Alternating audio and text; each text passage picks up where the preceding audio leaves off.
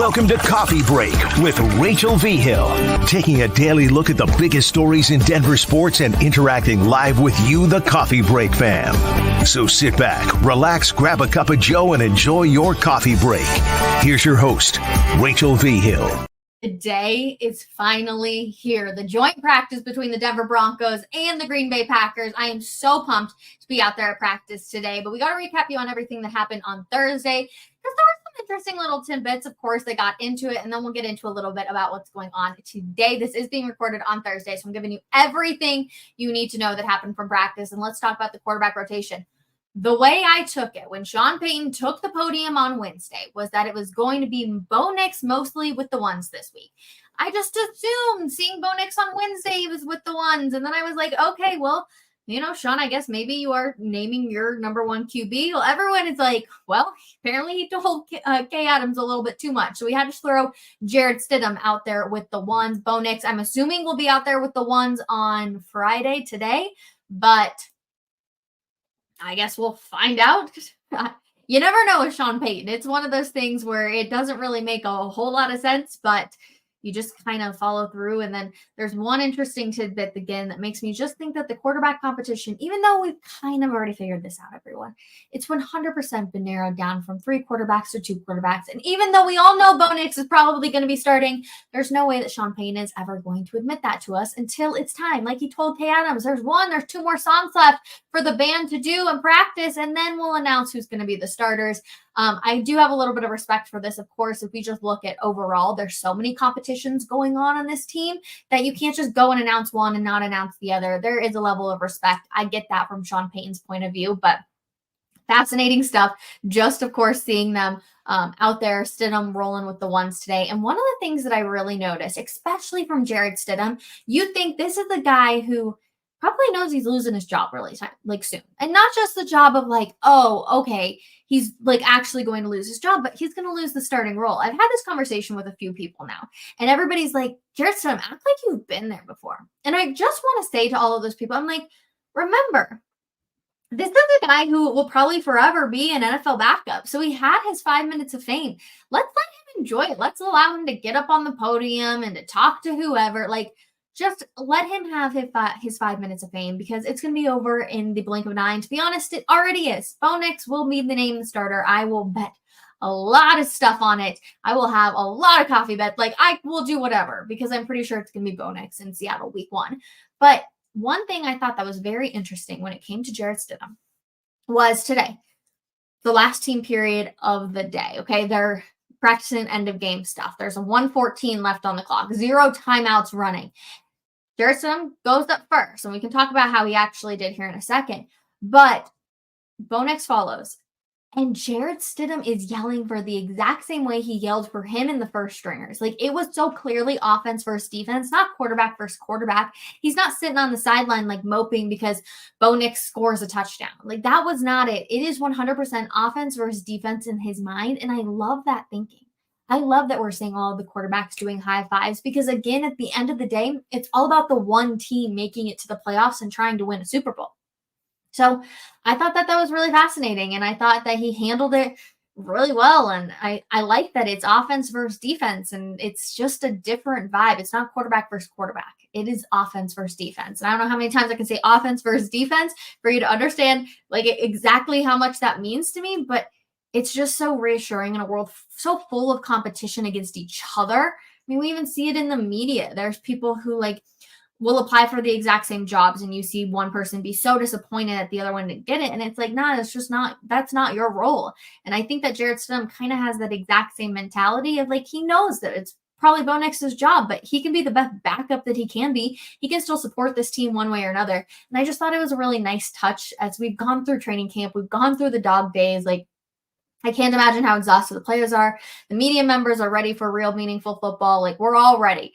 So training camp's a long season, everybody. Let me just tell you. But it was cool to see that. So now let's talk about what actually ends up happening in that end of game drill that we're seeing. Again, 1:14 left. There's 0 timeouts. They're trailing, and they have the ball in the 47. Who's going to be able to throw it down? Who's going to be able to get the ball all the way down the field? Stidham, a huge first big play to Sills. And you're like, okay, Jarrett Stidham. And I mean, he's running. I can't repeat what he was saying, but he is running like laps. He's so excited for it.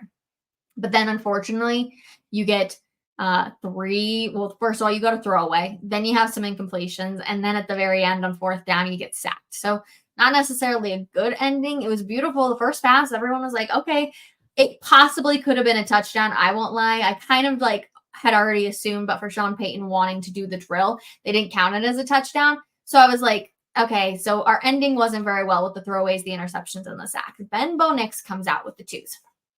We see a touchdown, which was great. Some boot action straight to Bandy, where it's like, sick. Here we go. The rookie QB being able to get a touchdown again.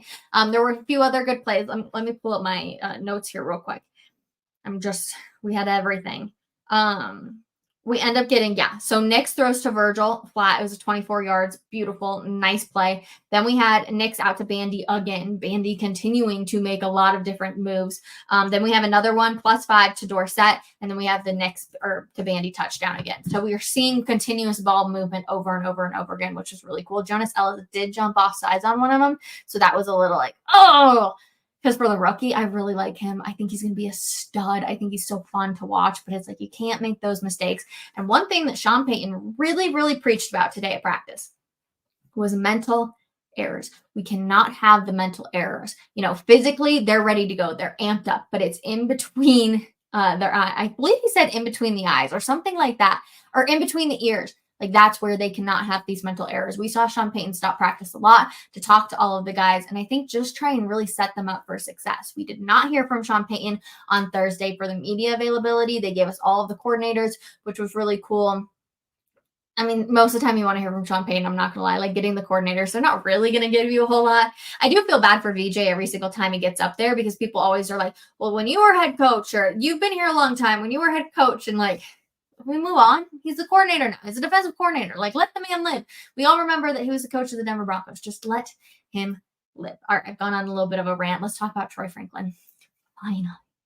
Finally, we get a Troy Franklin touchdown. Praise the football lords, because we finally see that happen for Troy Franklin. Poor guy has had the toughest camp. The entire episode that we had on Thursday was about how poor Troy Franklin, he just can't seem to get it together. And we finally see a touchdown out of him. Thank goodness. Here's the thing, though. Everybody noticed that Troy Franklin was the one that brought in the ball. And that's a bad place to be. Like, everybody was like, way to go, Troy. Yeah, Troy. Like, everybody understands how hard he struggled. And he's not going to get cut because of what they did to move up to get him. I want to know, is it just too overwhelming? Has there been too much? Do we not have to study as much in college and now here in college? Are we too much in our heads and this is just a lot to take in and a lot more than he thought? Like, I'm so curious. I would just love to sit down with him and be like, talk to me about the experience that we're having right now, because I'm sure there's a lot of frustrations that come with it. So, I mean, we finally get the touchdown that I think everybody wanted to see out of him. And the real bummer, I think, with Troy Franklin is, and I think a lot of people would probably agree with this statement, is you're going to let go of a wide receiver who's been stellar in camp. I mean, everybody, it feels like, has had a really good camp except for Troy Franklin.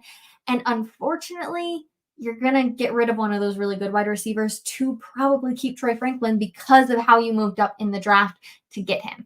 So it's a little bit of a bummer, but also Sean Payton preached over and over again. It's about finding the best 53-man roster, the best team out there, because anybody you drop can end up going to another team. I don't personally think that they would get rid of Troy Franklin, but he's done nothing at camp to say, yeah, you should keep me. I'm worth keeping. And somebody else is going to look at his draft board and say, you know what, he was really up there. Like, we'll take him on the waivers. That could definitely happen. But we finally see a touchdown out of the young guy. It was good to see that. It was fun to be able to see him, have a little bit more of a smile, be able to have a good day out at camp, but definitely just a little bit of a bummer. Also, I forgot to mention on the quarterback rotation, it just came back to me. Zach Wilson did not get the opportunity with like 1:14 left. Like, they just cut practice. So it was Stidham and Bo and then no Wilson at all, which I thought was really fascinating because they still had a few minutes left in practice. I think practice actually wrapped at like 2:20 and it was set to go till 2:30. So they had time. Oh, God. You guys, training camp has been a lot.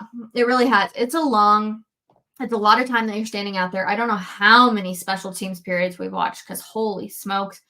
I don't know if I ever want to watch another special teams period ever again. It was cool at the beginning of camp because you were like, oh, we're seeing all of the new rules. We're seeing how these guys can't move.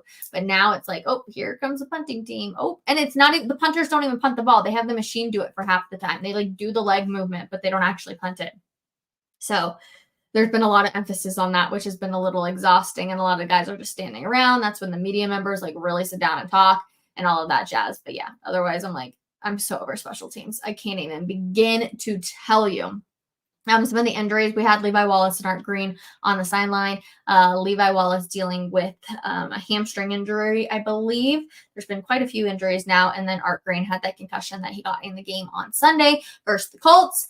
And then, Jonathan Cooper. Cooper. Cecil Lammey ends up getting an exclusive interview with him. And it's a solid interview, okay?